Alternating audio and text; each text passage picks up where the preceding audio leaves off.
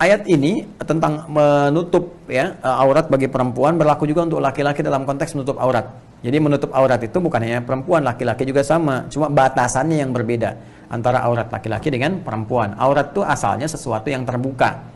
Ya, yang terbuka yang harus ditutupi. Jadi aurat itu aslinya ara yang urut, terbuka, sesuatu yang terbuka. Nah, yang terbuka itu ada yang tidak menjadi aib, ada yang menjadi aib. Ya, sesuatu yang jelek untuk dilihat, sesuatu yang menimbulkan hal yang bisa menyebabkan maksiat terjadi misalnya, ya. Nah, di laki-laki misalnya ada bagian-bagian tertentu yang ketika dia terbuka, misalnya tangan sini terbuka, itu pandang biasa. Ya, nggak ada orang maksiat melihat tangan laki-laki misalnya kan, dan seterusnya gitu. Kemudian perempuan berbeda. Karena perempuan diciptakan oleh Allah Subhanahu wa taala dengan hukum tertentu, dengan keadaan tertentu, dengan keindahan tertentu yang berbeda dengan laki-laki, sehingga bagian-bagian tertentu yang ketika terlihat di perempuan itu, mohon maaf ya, bisa berpotensi menjadikan setan memanfaatkan itu untuk membisikkan was-was. Ya, apakah kemudian mendorong berbuat sesuatu yang tidak baik gitu kan, atau menimbulkan sesuatu yang kotor dan sebagainya. Karena itu Islam datang dengan syariat melindungi dan menghormati perempuan. Ingat, syariat yang datang itu memberikan penghormatan dan perlindungan kepada perempuan. Karena itu ketika awal mula pertama syariat hijab diberikan, kan? Ya, dan ketika Allah menjelaskan, ya ada kejadian kan, bagaimana perempuan-perempuan diganggu ya oleh preman-preman di awal-awal masa di Madinah. Kemudian ketika itu dilaporkan kepada Nabi sallallahu alaihi wasallam, turun ayat, ya ayuhan nabiyyu qul li azwajika wa banatika wa nisa'il mu'minin ya yudnina min jalabibihinna asa an yu'rafna fala yu'dzain. Hai Nabi, sampaikan kepada istrimu, ya, istri-istrimu, kemudian anak-anak perempuanmu dan perempuan-perempuan yang beriman, ya, bahwa pada saat ini Allah memerintahkan supaya mereka memberikan tanda dari turunan syariat, longgarkan jilbabmu, pakai jilbab, kan, berikan tanda jilbab yang benar, longgarkan jilbabmu, kata Allah, sehingga menutupi yang tadinya kerudung biasa, tutup kemudian, paling minimal menutup ke dada ke sini, ya, di wilayah dada di sini. Ini jilbab itu yang terulur, dan batasan terulurnya paling minimal menutup ke dada di sini. Ya, asalnya kan cuma di kerudung, khimar itu cuma sampai sini gitu kan. Nah, jadi kemudian diminta dilonggarkan sebagai tanda supaya aurat-aurat inti di antara itu semua yang biasa tampak ditutupi. Nah, apa di antara tujuannya? Asa ayyurafna. Pertama diketahui sebagai identitas.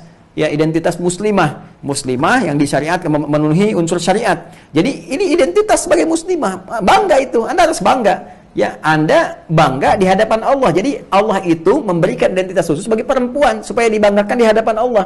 Apa enggak ada muslimah yang pengen dibanggakan Allah? Ya, Anda dibanggakan orang begitu senangnya luar biasa. Kenapa dibanggakan Allah nggak senang? Ya, karena itu ketika Allah ingin memberikan kebanggaan kepada Anda, gunakan jilbab Anda. Setelah itu apa? Fala yu'dzain. Maka konsekuensi hukumnya ketika Anda mengenakan itu, Allah berikan perlindungan. Jadi sebetulnya jilbab itu luar biasa. Begitu Anda kenakan, teman-teman sekalian, ya akhwat, itu melekat hukum pada laki-laki untuk memberikan perlindungan dengan izin Allah Subhanahu wa taala. Gak boleh ada orang ganggu dia. Karena itu ketika ayat itu turun dan diganggu lagi, maka langsung dilindungi ya oleh para mukminin pada saat itu. Nah, itu diantaranya. Jadi ketika diturunkan ayat-ayat itu menutup, maka diandur disimpulkan, langsung Allah sampaikan illa ma dhahara minha. Tutupi bagian tubuh manusia kecuali yang biasa tampak, illa ma dhahara minha. Nah, yang biasa tampak ini ada yang disepakati oleh para ulama. Di antaranya apa? Wajah. Ini biasa tampak. Kemudian telapak tangan, ini biasa tampak. Karena ini biasa tampak, ya saudara-saudariku, ya terutama para akhwat, maka ini disepakati, ya perempuan boleh, ya terlihat kemudian wajahnya, tetap dia menggunakan jilbab misalnya, tapi bagian wajah boleh tampak. Kecuali pada kondisi tertentu, ya di antara perempuan dengan dua sifat. Satu yang misalnya khawatir dengan wajahnya yang menjadi fitnah misalnya, ya karena ada ujian kecantikan ya yang luar biasa. Walaupun orang mengatakan cantik itu relatif tapi jelek itu mutlak misalnya kan, tidak demikian pula karena ada kecantikan-kecantikan tertentu yang disepakati.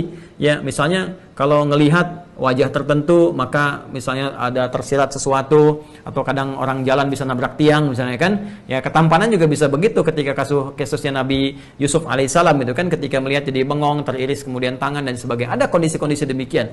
Maka kalau wajah bisa menghasilkan fitnah sehingga memancing berbuat maksiat atau punya niat jahat, ya ada motif tertentu. Tapi kan itu kan kejahatan terjadi karena niatnya. Bukan itu juga, Joni.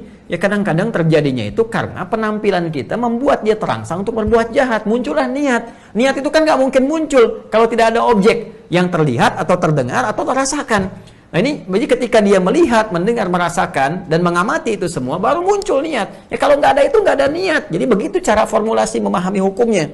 Nah karena itu, bagi perempuan-perempuan demikian, maka dia mengenakan niqab misalnya, mengenakan cadar. Ya, cadar untuk melindungi. Atau ada di antara perempuan yang kedua misalnya, dia ingin menjaga dirinya saja dengan misalnya naikkan untuk menjaga wajahnya gitu kan. Kemudian dia pakai niqab, sah-sah saja, nggak ada masalah di sini. Ya bahkan di madhab Syafi'i itu menggunakan niqab, ya menggunakan niqab. Jadi boleh tampak yang di wajah ini, boleh menggunakan cadar, itu tidak ada persoalan. Ya, itu satu wajah. Kemudian telapak tangan boleh tampak. Adapun bagian kaki, di sini ada khilaf. Ya khilaf, Abu Hanifah mengatakan itu hal yang biasa lumrah, terutama bagi kalangan tertentu gitu. Kalangan tertentu seperti yang pekerjaan-pekerjaan ya di dunia rumah tangga, misalnya kan mau beli sayur, beli macam-macam, ya mau beli sayur pakai kaos kaki lagi, pakai enggak lagi. Di kalangan-kalangan tertentu di madzhab Hanafi membolehkan itu dengan kondisi-kondisi yang tertentu. Kecuali kalau di sekitarannya misalnya ada hal-hal yang memang harus disupport untuk ditutupi secara langsung, misalnya bisa mengundang pandangan tertentu atau hal tertentu, punya niat-niat yang buruk yang terkondisikan dengan melihat itu karena keadaannya bisa berbeda. Seperti di Arab itu ada wilayah-wilayah tertentu, teman-teman sekalian, yang memang nggak boleh sedikit pun terbuka. Ya makanya di sana ada yang pakai cadarnya, ada yang matanya aja kelihatan, ada tangannya bahkan ditutup pakai sarung tangan, kan sampai ke kaki, kecuali dalam keadaan tertentu. Karena memang ada sebagian suku yang ketika melihat satu bagian tertentu, nah itu hasrat, godaan setan dan sebagainya itu bisa muncul. Nah jadi dalam konteks ini bagi perempuan yang biasa tampak itu wajah, kemudian telapak tangan. Jikapun ada pekerjaan tertentu yang sekiranya menjadikan kakinya bagian tertentu terbuka, maka tidak terlampau harus banyak terbuka, cari longgaran yang bisa menutupi. Jadi perempuan itu harus isbal.